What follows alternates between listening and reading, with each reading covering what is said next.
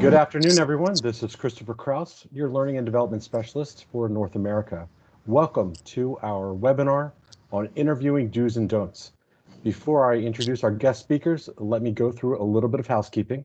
Number one, we ask that you keep your microphones and your video disabled during the presentation portion of the program today. We will have some Q&A time at the very end of the session, so you'll be able to unmute yourself at that point. But until then, please mute your microphones and keep your videos disabled. I also wanted to remind everybody that this session is being recorded. We'd like to record those sessions and put them up on Empower for people to see later on. So please, if you know anybody that wanted to attend today but were not able to, just let them know that the recording is on Empower. And the last thing I'd like to share is that we would like to get your feedback on this session today. I'm going to be sending out a post survey right after the session is over. If you would, click the button, take 2 or 3 seconds, give us your feedback, let us know what topics you'd like to see in the future. With that, I'd like to introduce our guest speakers for the day. Today, we've got Daryl Stern, Head of Talent Acquisition for North America, and Mark Hudson, our Senior Talent Acquisition for Eames. Gentlemen, take it away.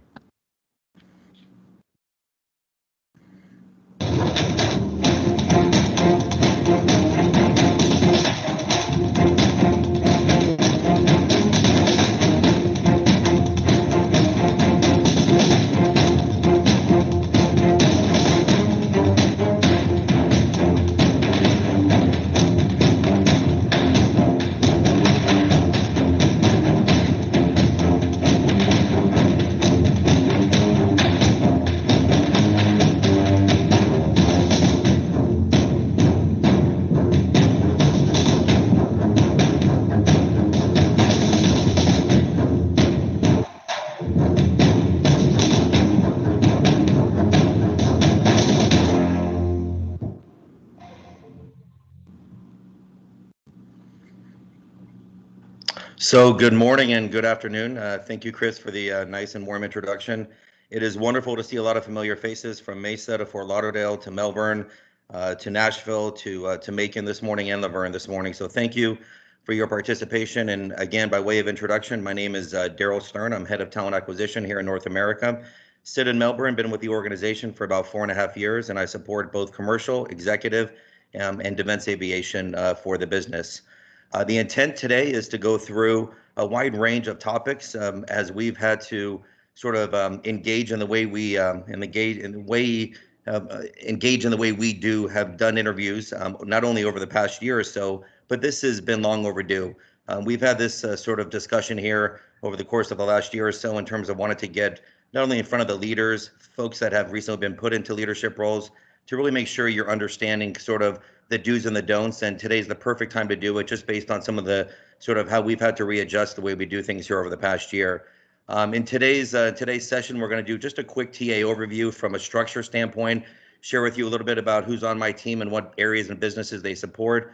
We have a nice interactive video that we want to show you. This video is not an example of anybody at the company. It's just a video that a video that displays some poor interview habits and techniques. And at that point, once the video is complete, we'll get into some discussion around that. We'll talk about interviewing during a pandemic and what the company has done and how we've kind of pivoted around this over the last 12 to 14 months. I'll then turn it over to Mark Hudson, where we'll do a little bit of interviewing do's and don'ts, some thoughts, and we have some handout material for those that are on the call or that cannot make this call that we'll make sure that hits your inbox this afternoon as well. In terms of the structure of the organization, so we're very we're lean, but we're also very we work very effortlessly and tirelessly to support all parts of the business, from defense, executive, and commercial. So in Melbourne, I have Casey Cox, who works with me. Many of you have worked with Casey. She's responsible for all the onboarding into the organization, responsible for all new hire orientations, compliance, everything related to ensure the overall candidate experience, everything to make sure we get them into the iRequest, IAM system. We get them into our new system, and we're ensuring just a smooth onboarding experience from start to finish. And Casey's responsible for that, is since out of Melbourne. New to my team is Shara Kyles. Shara Kyles recently just joined the organization about a week and a half ago.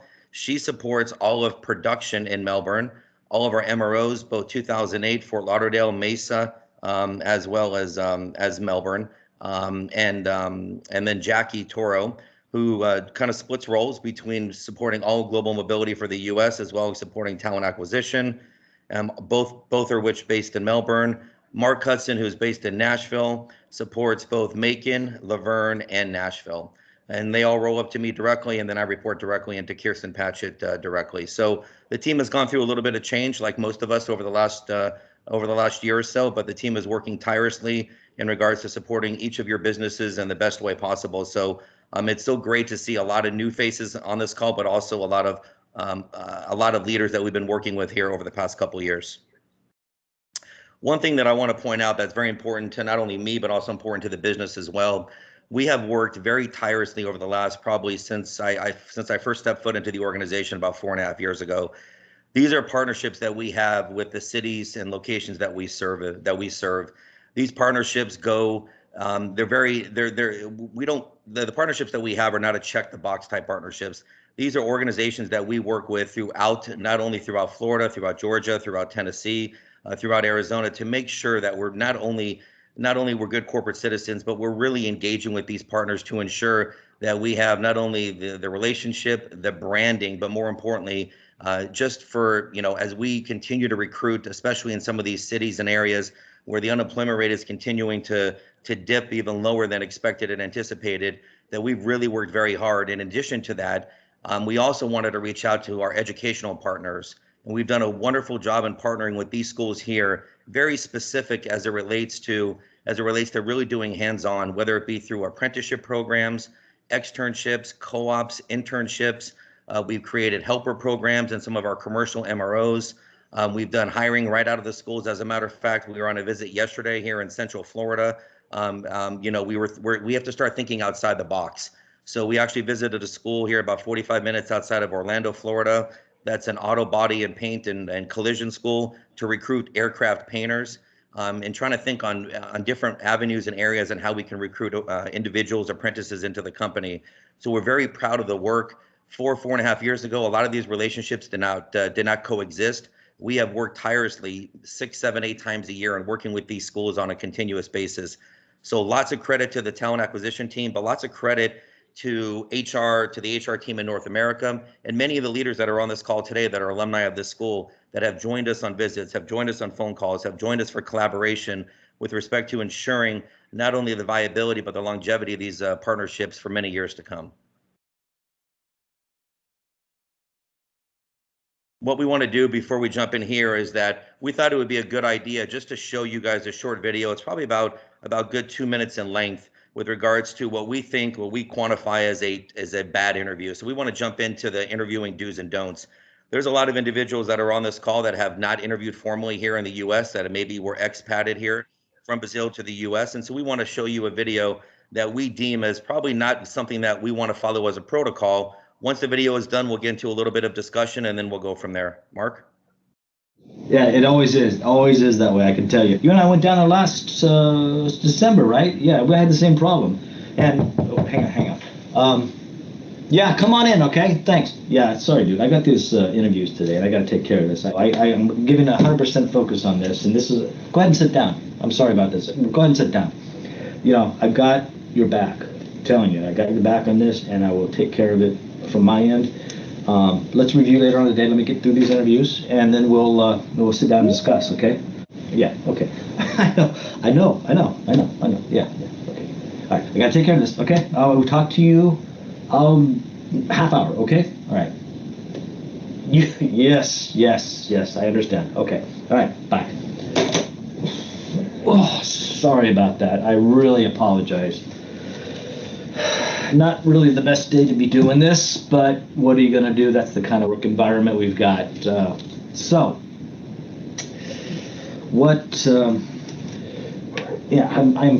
What is your name? John Davidson. That was you. No. Are you? Well, I did bring this one. Another application on the ready. That is good thinking. Another application on the ready. How great is that? We wanted to stop it there for a lot of different reasons. And I just want to, again, I want to preface this conversation by saying that this was not in somebody within the organization that did it. We just thought that this video sort of exemplified everything that we should not be doing. And I'm curious now, I just want to open it up here just for some discussion here for a few minutes here, get some thoughts of things as leaders that are on this call. And I see that there's some folks here that have done continuous interviews, especially at our commercial MRO, our executive MRO.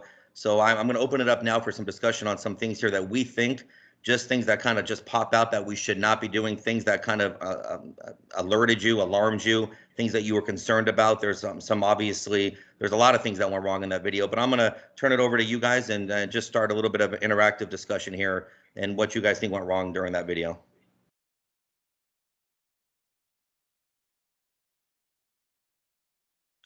Hi, Daryl. I'm going to help you.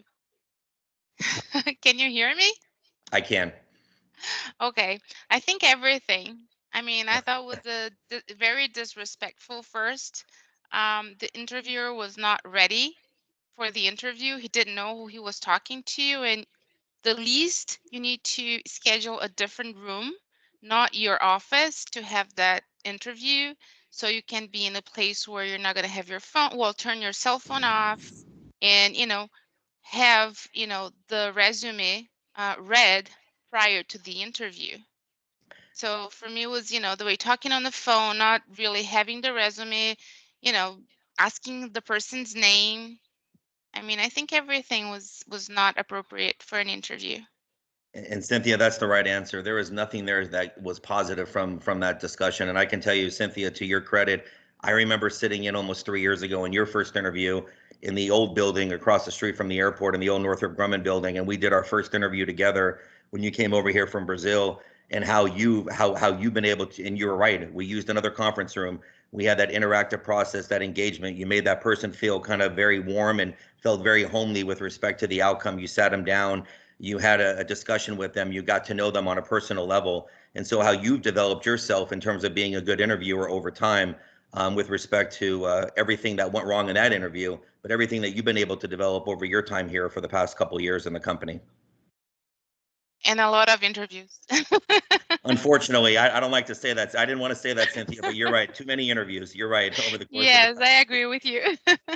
Is there anybody on the commercial side, and is there anybody, is Troy or Jason or Neil or anybody on the commercial MRO side in Macon or Nashville want to chime in, or anybody from Fort Lauderdale that does a lot of high volume interviews? Jordan, Jason, Anthony, Ryan, is anybody on the call that wants to chime in on that?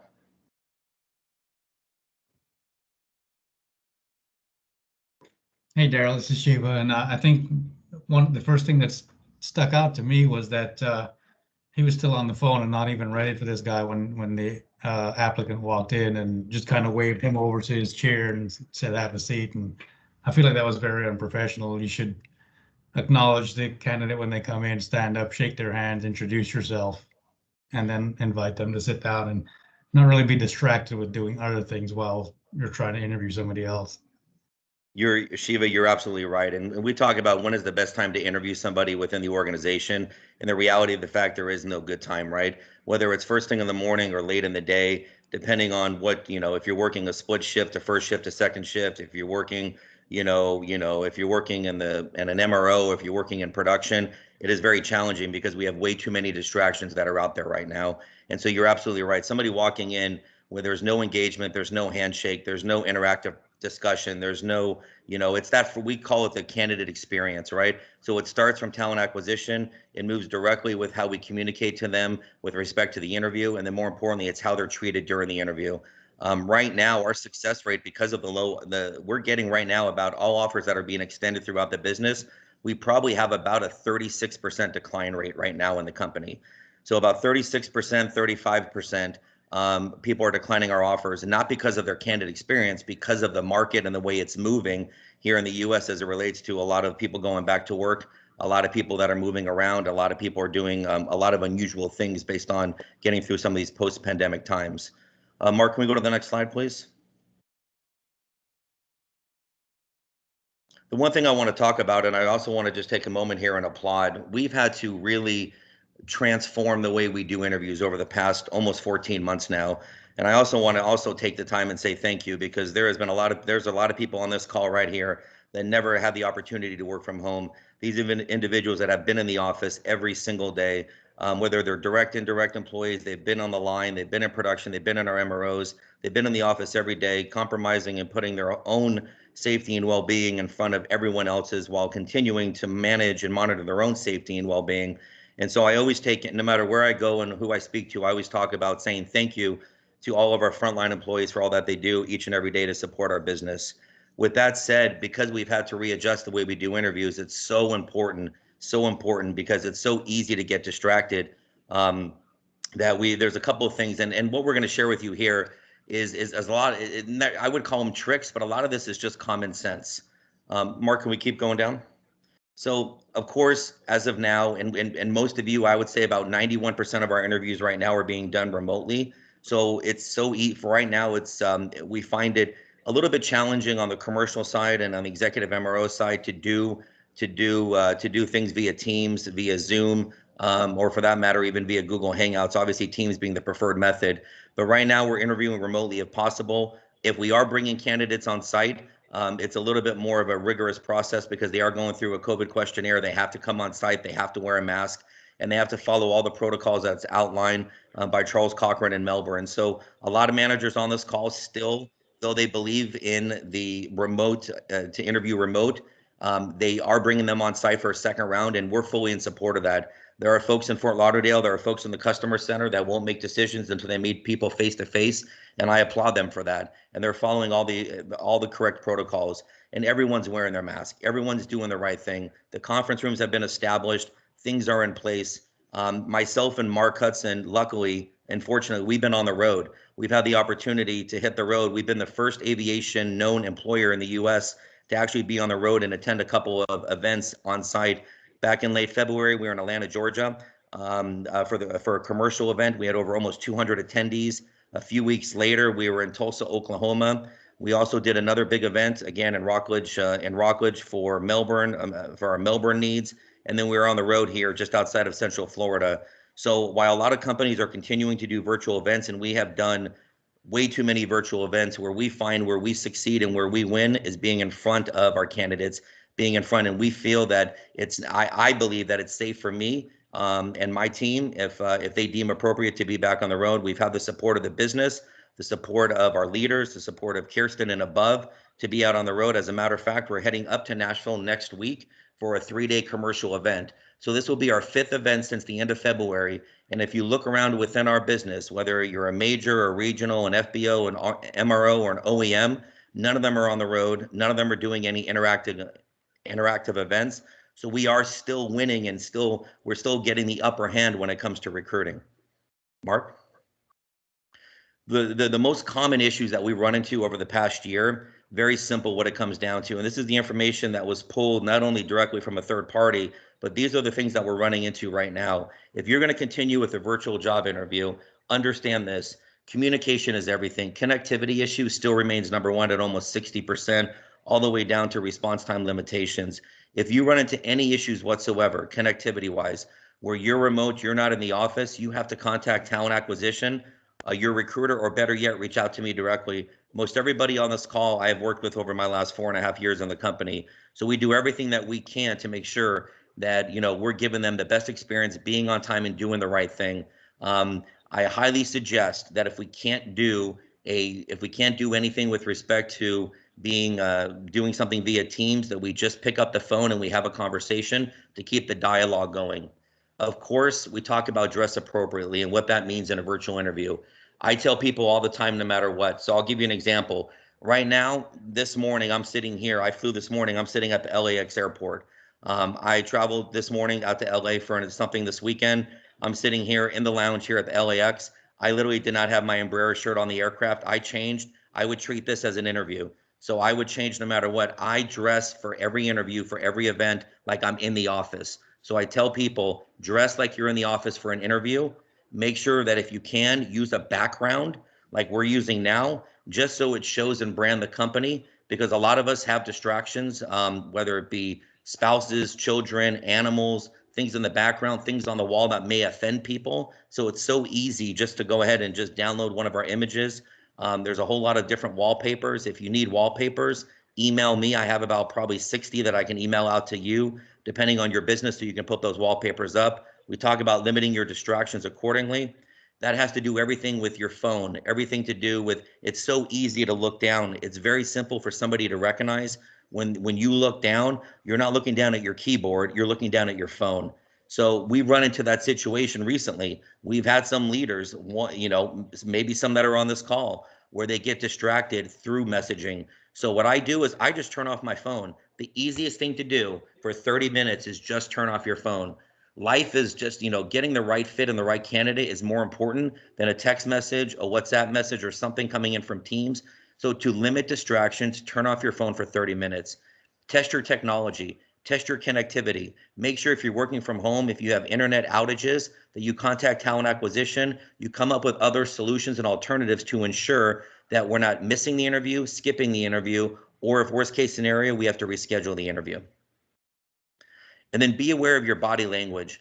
Guys, eye contact is everything, right? So we can tell what the candidate is doing based on how they're looking at us. It would be no different if we were in the office face to face. So be aware of your body language, your mannerisms, your professionalism. Make sure that eye contact always stays, right? Because the minute we look left or right, or more importantly, if I start looking down, it gives that impression that I'm either losing interest or I'm looking at some other form of technology. Just like today's call, there were many of you that logged in at least 4 to 5, even in some cases 10 minutes prior to the scheduled call and time. Please take the time to log in 3 to 5 minutes. That allows you, if you have any connectivity issues, to contact talent acquisition.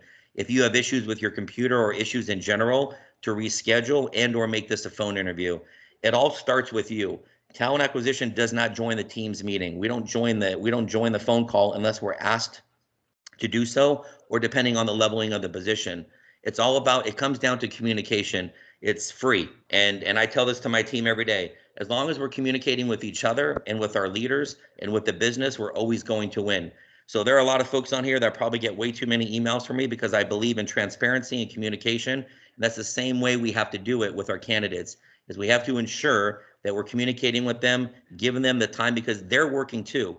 So if they're working, they're stepping out and they're doing maybe the interview from their vehicle. They're doing it in some cases at a restaurant. They're doing it in a parking lot. They're doing it where, you know, right behind me now, I'm overlooking the LAX runway. There's a lot of noise behind me, but I canceled some of the noise out. It's very, very loud. So I'm trying to speak as loud as I can so you can hear me. So it's not a matter of making excuses. It's just a matter of leading by example, and more importantly, giving the candidates a good experience.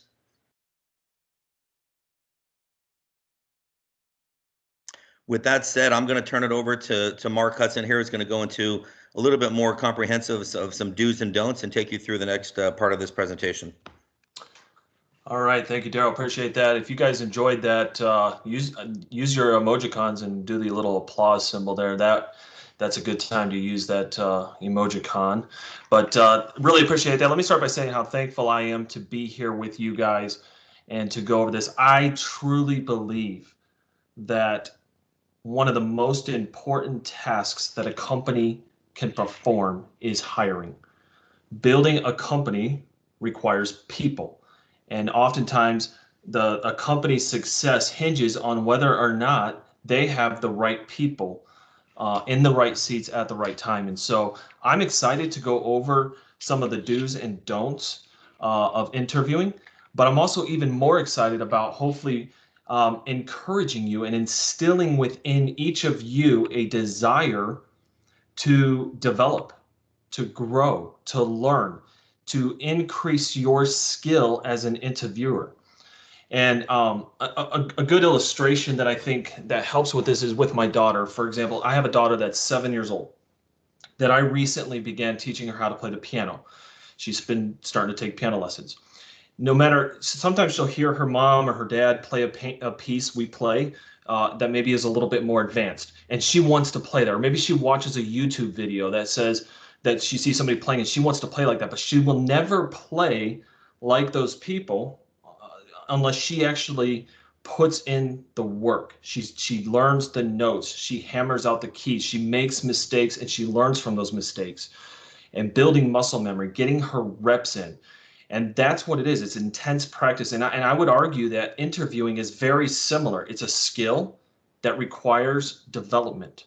It's something that you have to work at. You have to go into an interview. And many of you that have been interviewing for years and have experience can think back to when you first started and how nervous you were the first time you were on the other side of the table, and how you've developed and how you've grown. And so today, a lot of what I want to do is really emphasize the need for growth and development, and to really hammer home this statement is that hiring is probably one of the most critical and consequential things you will do as a manager.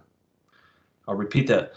Hiring is likely one of the most critical and consequential things you have as a task before you as a manager. And so my challenge is, let's put in the reps, let's read the books, study the techniques, learn, grow, and push ourselves to become better interviewers. And so with that, I'll start with what we talked about here with the do's, the don'ts. And there's even another category that I'll briefly mention, and that is that there are things that are illegal to do in an interview. And so it's definitely a don't. You don't want to do it, but the don'ts that we're talking about today are going to highlight candidate experience, things that just are not conducive to representing the brand Embraer. And so with that, we'll start off with the do's. So a big do to start off with is, and I could have had a list of 50 of these, and I've had to condense it down to some of the things that I've seen over the years that tend to be either things that people forget or that they just don't think are important. And so one of those is welcoming and introducing yourself. You guys all saw the video where and made even comment on how the guy wasn't prepared. He didn't say hi. He didn't introduce himself. He didn't shake the other guy's hand when the candidate reached his hand out. These are simple things that we can do that if we just remember, hey, welcome, hi, a smile, and I am so-and-so, and this is what I do. It goes a long way to helping set the tone for the interview, and it helps to de-stress the situation, right? A candidate may be coming in nervous. And if they feel rushed, if they feel like they're kind of a nuisance to you, that this is kind of a bad time, it's just going to make the interview rushed. It's going to make the interview feel very constrained. And as interviewers, as hiring managers, your job, the number one question you're trying to answer is this person the right person for my job that I have open?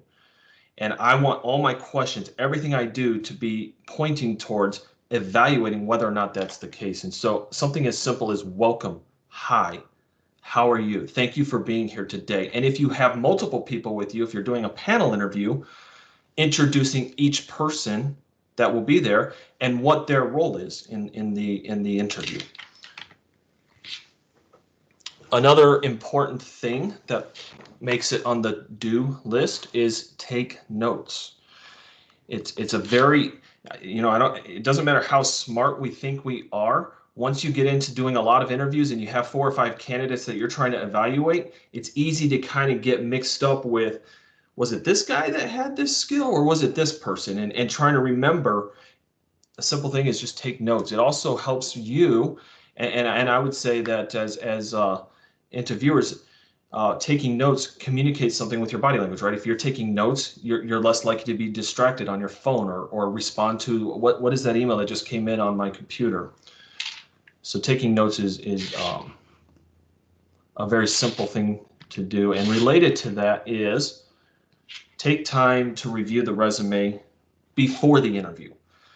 Again, if hiring is really the most important thing that we can do, then interviews are the vehicle, albeit imperfect, but the vehicle by which we do the most evaluating. And if you're coming into the interview and you're trying to think of what questions do I need to ask, you're wasting valuable time thinking of the questions to ask versus asking the questions that need to be asked. Does that make sense? So, and it shows preparedness, right? You don't want to go into an interview like Cynthia said and say, what is your name? I thought you were going to be, that's very embarrassing. So review the resume ahead of time, be prepared, know the questions that you want to ask and the direction that you want to go will go a long way. I'll even say, for those that are inexperienced, that are newer managers that may be nervous, oftentimes you sit in an interview and you look and it's like the hiring manager is maybe just as nervous as the candidate, right? We're both nervous and we're both trying to play this song and dance and try to get to know each other, and you're trying to make a decision. And one very practical and easy way where you can kind of calm your own nerves and be prepared is to review the resume, get ready before. 90% of the battle is being prepared, and 10% is execution. I just made that statistic up, by the way. Shiva will verify that for me. Send me an email. Another thing, this one's hard. This one's tricky. This is the difference between a newer interviewer and maybe an experienced interviewer, and that is being able to converse naturally. What do I mean by that? A lot of times we all can think back to when we first started interviewing, we would Google, what are the 10 questions I should ask? And then you'd have these questions and you would just kind of go down list by list. Okay, number 1, what is your greatest strength? And then you write it down. Okay, thank you. What are your greatest weaknesses? Where do you see yourself? And it's kind of like my daughter playing the piano. It's very choppy. It's very forced. She's trying to just hit the notes right. As we become more experienced interviewers, we should be trying to make the conversations more natural, where it's a dialogue. And I really believe that through natural conversation is where you're going to start to learn the most about a candidate. In fact, I would even argue that one trick to help you with that is to ask your question, but then have 2 or 3 follow-up questions ready to go. Because it's in the follow-up questions that I believe is where you're going to get the most information. And it contributes to a more natural conversation. For example, hey, what about this? They give you an answer. Oh yeah, well, tell me about that. You said you led a team. How many people were on the team? How many people how did you get to this? Now you're starting to really peel that onion back and get to the heart and what really is driving this candidate and their skills and abilities. So a good tip is have follow-up questions. Have that natural conversation. Control the conversation. Make sure that the conversation doesn't just somewhere go out there and be like, next thing you know, you're talking about how great the Colorado Avalanche are having in their hockey season. You don't want that, because now you're outside of the framework of where you want to be. You want to control it. You want to have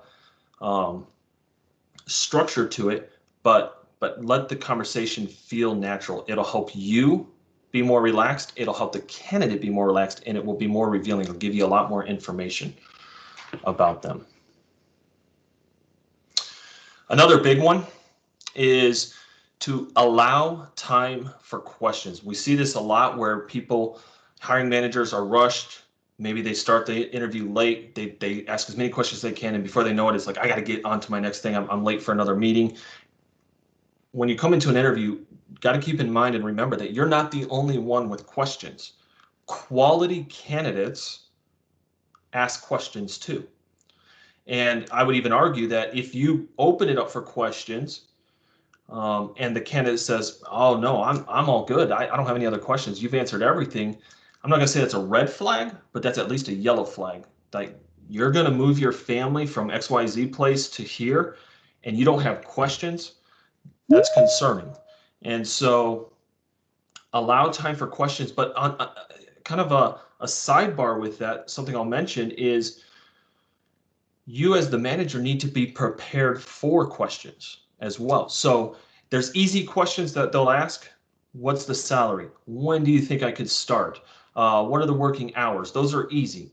But quality candidates ask more difficult questions, more probing questions. Things like, what is the culture like at the company? What is your strategy, or what are your goals for your department? How will I be evaluated? What kind of skills could I expect to develop by being in this role? Or what do you like about the company? Those kinds of questions, you need to be, as a manager, prepared to answer those, because if you stumble or you're not concise with an answer, at best, it makes you look unprepared. At worst, it makes you look like you're trying to hide something. And so we have to be very careful that, number one, we allow enough time for questions, but then also that we're prepared to answer those questions in the right way.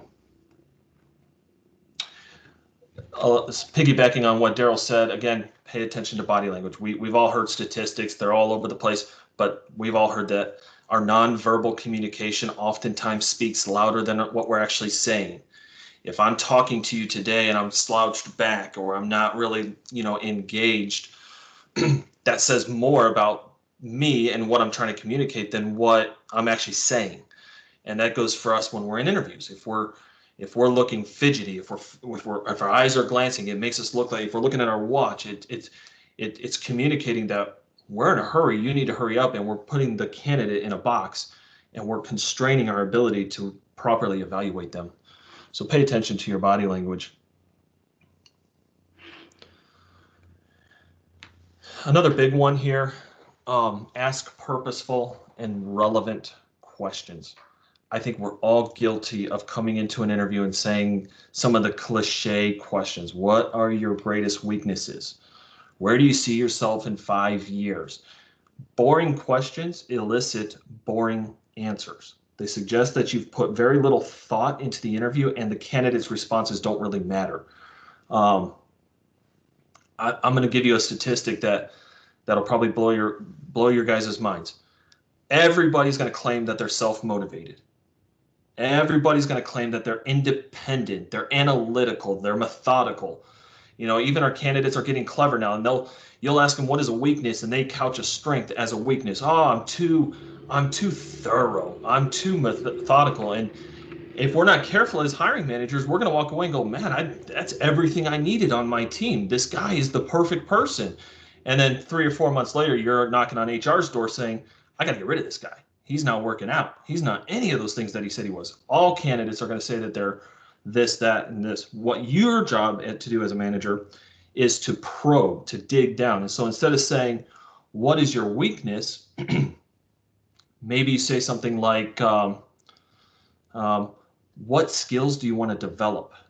See, you're essentially asking the same thing, but you're doing you're kind of taking a backdoor approach. You're saying, what are you trying to develop as a skill? Or instead of saying, what did you do in your previous role? You may say something like, what did you like about your previous role? What did you dislike about your previous role?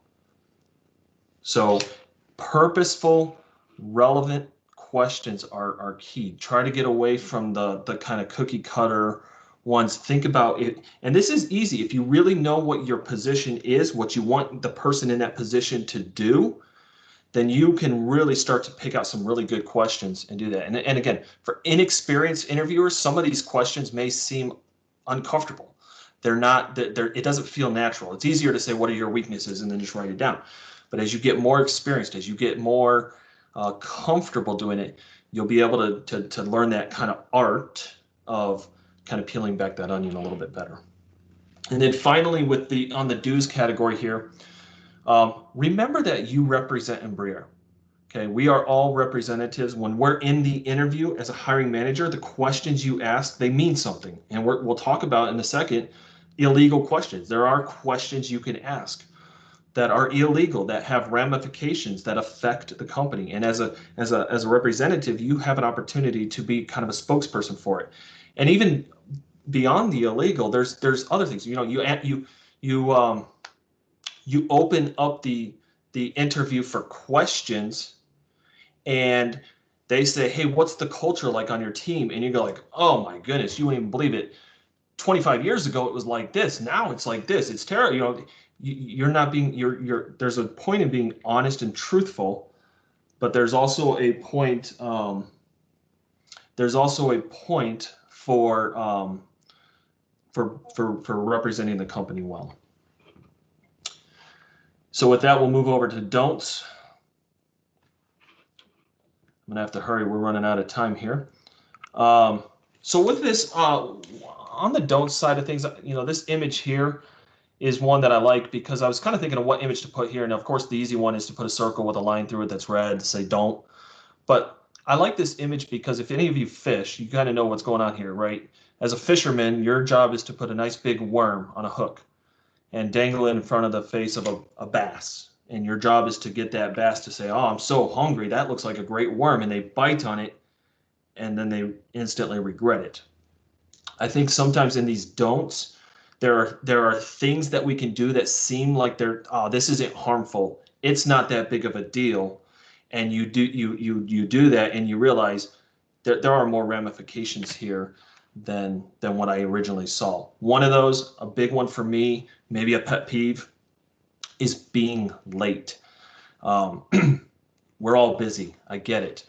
We all have a lot on our plates, but quality candidates, they don't, we would not as managers tolerate if an interview is supposed to start at 10 and the candidate rolls in at 10:05, especially if they roll in at 10:05 and they don't apologize for it. So being late is something that we have to be careful about as hiring managers. And if you are going to have to reschedule, reach out to your talent acquisition team and say, hey, I got something came up unexpected. Can you please help? We will do our best to communicate with the candidate and do it. But I would also encourage, and I have for some of the managers that I support, is reach out to them yourself. Send them an email as the manager. Say, hey, I am so sorry. Because what that does is it shows that you care, that this is not something normal, and provide a solution. Hey, I can't meet today. I'm so sorry. Are you available tomorrow at this time? If so, great, we'll do it. If not, let's find another time. Another don't is don't make inappropriate small talk. Small talk is a minefield. Candidates oftentimes can overshare information. If you get into a meeting with a candidate and go, oh, you went to Ohio State? I went to Ohio State. When did you graduate? 1979. Oh, I graduated in 2000, whatever. Oh, if you don't choose that candidate for a job, the candidate may start to infer, was it because I am so much older than this person that he didn't give me the job? And now you're in this kind of minefield of crossing over into something illegal. So if the questions aren't relevant, if the questions don't tie back to verifiable indicators of job performance, weed them out, get rid of them. Couple more here, and then we should be very close to being done, and we'll open up for some questions. But don't vary your questions from candidate to candidate. I know we want to personalize things, but make sure that the basic framework, again, we're asking one major question: is this candidate the right candidate for me? And if you're varying your questions from candidate to candidate, you won't be able to properly evaluate or identify. Now, another big one here. Don't make it all about you. How often do I sit in interviews and I see a manager talking about themselves or about their situation? This is not good, right? We're in the interview to evaluate the candidate's ability to help us and to fill this role, not for the candidate to hear about, oh, I'm so busy, we have all this, I don't know about that. We got this new team that we're building and this new product we're trying to release, and the timelines just keep getting, yes, talk about what the situation is, introduce yourself, keep it to 3 or 4 minutes, maybe at a max, and then transition over to, all right, are you the person for my team? Let's evaluate you. Let's talk about you. Let's talk about your abilities and experiences. And then next here is don't forget to mention next steps. This is oftentimes something that we forget to do. In just the busyness, it seems like it's kind of the last thing. I'm guilty of this a lot myself, but make sure you give the candidate a good roadmap of what's going to happen. Couple things related to that. Don't overpromise something. Don't say to the candidate, man, I think you're it. I'm like super excited. We're going to have TA get you an offer letter in like the next half hour. By the time you even get home, you should have an offer letter in your inbox. That's overpromising. We don't want to do that. But also be aligned with what the next steps are. Don't say to the candidate, we're going to get back to you early next week with next steps. And then early next week, we don't know what the next steps are. And we're still trying to figure it out. And now we're 9 days later and we're finally getting back to the candidate. That contributes to a poor candidate experience. and unprofessionalism on our behalf. So be careful that not to forget to mention next steps, but make sure that you know exactly what those next steps are and we are ready for it and prepared for it. And then finally, don't be distracted. And I kind of took this here and sandwiched two of the big ones for me. If I could only give two don'ts, these would be the two that I would give, because these are so important. Being distracted. Daryl talked about this already. How we live in such a society right now that is distraction crazy. The phones are going off. I got two phones and both of them are going off right now. I got emails coming in. It's tempting. It's easy to just be looking down at it like, oh, what is that? That's my boss. They're wanting something. Like we said earlier, it's a good idea not even to bring your phones in or put the do not disturb mode on, or don't look at it. It communicates something to our candidates, and we don't want to do that. Hey, Mark, can I interject just for a quick second? Sure. Before you go in the last topic? It is so important. One last thing here is that we have to treat the same way we interview for direct positions is the same exact way we interview for a contract position. We don't care if the individual is coming in for 1 day, 1 week, 2 months, or 4 months. It is so important that we give them the same level of respect, the same level of professionalism and mannerisms that we would for anyone else that's joining your team. There's too many conversations where we say, well, we're only hiring somebody for 2 months, so it really doesn't matter. I'm not looking for somebody long term, but we've seen in cases and situations where people have come in as contractors, and believe it or not, a position becomes available because someone left your team, and all of a sudden now that individual goes into a direct role. So the way we treat our direct interviews is the same exact way we want to treat our contract interviews. And so there should be same parallels, same mannerisms, same behaviors as we would do it, whether it be over the phone or through a virtual setting. And then finally, I am not going to go into this very deep other than to say, be aware that I think most of us are aware that there are certain places we can't go in an interview. Things like age, genetic information, whether or not they have a disability, race, color, ethnicity. These are things that you cannot, as hiring managers, make decisions on. And I know that Christian Zinn, I don't think he's on this call today, but he's done a number of presentations and trainings for you guys to be able to identify and talk about those, but just be aware that those exist. And then finally, just some closing thoughts here, and then we'll turn it over for questions. Again, be crisp and clear on exactly what kind of person you're looking for. This should be done before you even post the position. We should not be getting into interviews. We've done 3 interviews, and then I'm on a call with the hiring manager saying, wow, I really think this person could be good because they could do this, but I might need them to do this. That betrays the fact that we don't know exactly what we're looking for, and it's not the right time for us to be doing interviews if we don't know what we're looking for. So be crisp and clear on that. Develop the skill. Again, going back to this, it's not a 1-hour webinar and we become better interviewers. It's a habit of becoming better, of developing, of learning, of growing. So develop the skill of evaluating people's abilities at a much more granular level. The most important thing you can do is to understand that hiring is a high-risk gamble. It needs to be approached deliberately. It's not a haphazard thing. We need to spend some time. I know oftentimes we're very busy. It's easy to just say, I need to hire somebody today and rush the process, but be deliberate. I like this right here, this statement here, because it's so true. A lot of time, effort, resources go into hiring and developing new employees before it's clear whether or not they are good fits. We've spent a lot of this before we even know if that was a good hire or not. So let's be very intentional about that. And then finally here, so whenever you think you're ready to make someone an offer, think one last time about the important things that might go wrong and what else you can better do or do better to assess those risks and raise your probability of being right. And I said finally, but I was just kidding because this is the final one. Make sure that you work closely with your recruiter.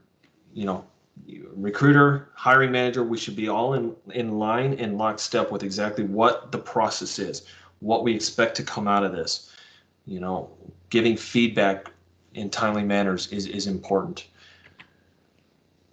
And then the last thing I'll mention is Daryl and I are working on so a lot of what we did today was an overview of interviewing, but we want to be able to provide for you guys something that's a little bit more in-depth, a little bit more, like a course that can really help us, maybe some role playing, maybe some worksheets and activities and things like that. So we will be working on through this year. I don't think we would have it ready, but till maybe, I was talking to Chris about this, maybe sometime around Q1 of next year. But this is something that I'm passionate about. I know Daryl's passionate about, and something that we want to provide for you as a tool, as a help to say, hey, we want you to be better, and we want to show you how to be better, because we know that interviewing can be hard. It isn't easy. It especially if you're a new manager or somebody that hasn't interviewed before. And so just wanted to kind of put this little teaser out there that we're working on that and trying to do that. That's all I have. Daryl, do you have any last minute things, or Chris, we open up for questions here? No, I think we're good. Chris, I'll turn it back over to you. Yeah, sounds good, guys. So we would like for you to ask your questions. I know we've got a large group of people on the call today, which is awesome. But what I'd like for you to do is, if you do have a question, please open up the chat and just type simply, I have a question. And then I'm going to call on people in order. While you're typing that, I see Lisa Peterson jumped right in there and has a question for you guys. She says, Daryl, what is your position on questions like, if you could be an animal, what animal would you be and why? It's a good question. Well, I think we asked that question to Lisa when she joined the company 5 years ago. That's why I think she's bringing it up. My position on that question, and I'll speak for myself and myself only, and I'll have Mark also give some feedback as well. That's not a question that I would condone or support or even want to even engage in. There's so many wrong tones that can come out of that depending on the individual. It falls under everything that Christian Zen would support as potentially high risk to the organization. Those are things that we may do as icebreakers amongst our team. We may do things within the organization. I had someone new join my team this week, and we want to get to know her more. So what are we doing? We're asking those type of questions, but definitely don't want to engage in those type of questions. And I think we get the support of many on this call, and we're hoping that many of you are not asking that question as well. Mark, do you have any insight on that or input?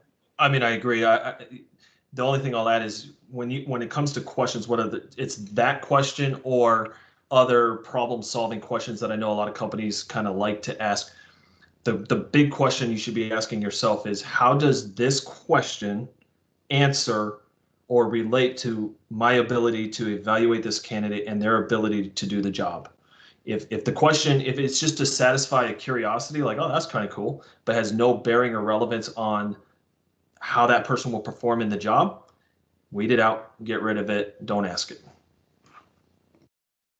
So let me ask you guys, because I think a lot of people probably have this on their minds, is if they've got a list of questions that they want to ask, is it okay to give you a call or shoot you an email and say, hey, here are the questions that I've got. What do you think? What do you think of that animal question?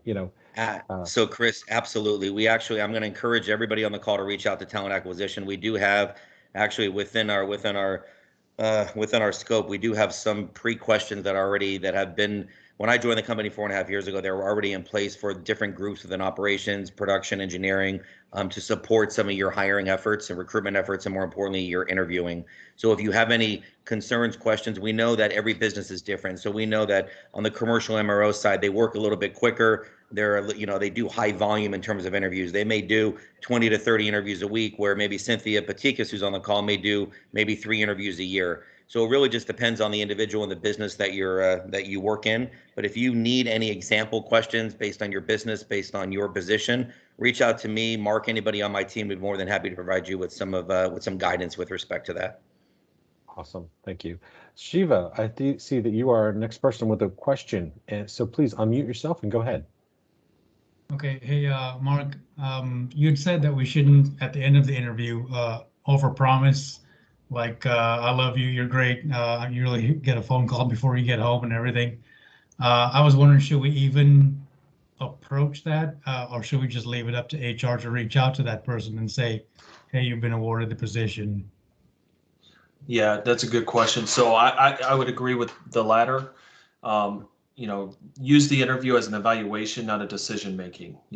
A lot of times, do your interviews. Maybe the last one is on a Friday. Take the weekend to really go back, review your notes on the previous candidates, and make a decision.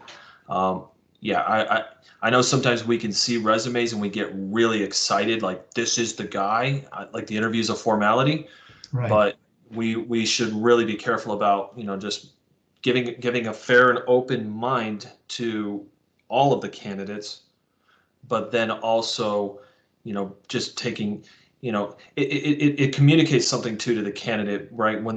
If we're in the interview, like we're going to hire you right now, what does that just demonstrate to me as the candidate? Oh, they must be desperate, or something like that. So Right. yeah, I would encourage that. We don't make any kinds of, the point of the next steps would be more of like, you can expect, another interview or another 2 interviews, or the next interview, I'm going to have a panel that, so we'll, if you're selected to move forward to the next section or part of it, that's kind of what you can expect. Or I'm looking to make a decision within the next week and a half, so you should hear something by then, that type of thing. Thank you. Awesome, guys. So I don't see anybody else jumping in with questions. I'm going to give it maybe 2 more seconds here. And I think maybe it's your information was so well-rounded that you've answered everyone's questions. That must be it, Daryl. Must be it, Mark. We just wanted to say thank you. There's a lot of leaders here throughout all of our different U.S. locations, and we applaud you for your time and, more importantly, your willingness to take our feedback and, more importantly, take this feedback and now move it to the next steps with respect to how you interview moving forward. Myself and my team are fully engaged to ensure your complete success within the business you support. So we look forward to that. Everybody stay safe. Have a good rest of your Friday afternoon and good weekend, and we'll talk to you guys very soon. Thank you again. Sounds good. Thank you, Daryl. Thank you, Mark, for being here today and Thank being you, such Chris. great resources for us. Thank All you. right, everyone. Good job, Again, guys. thank you.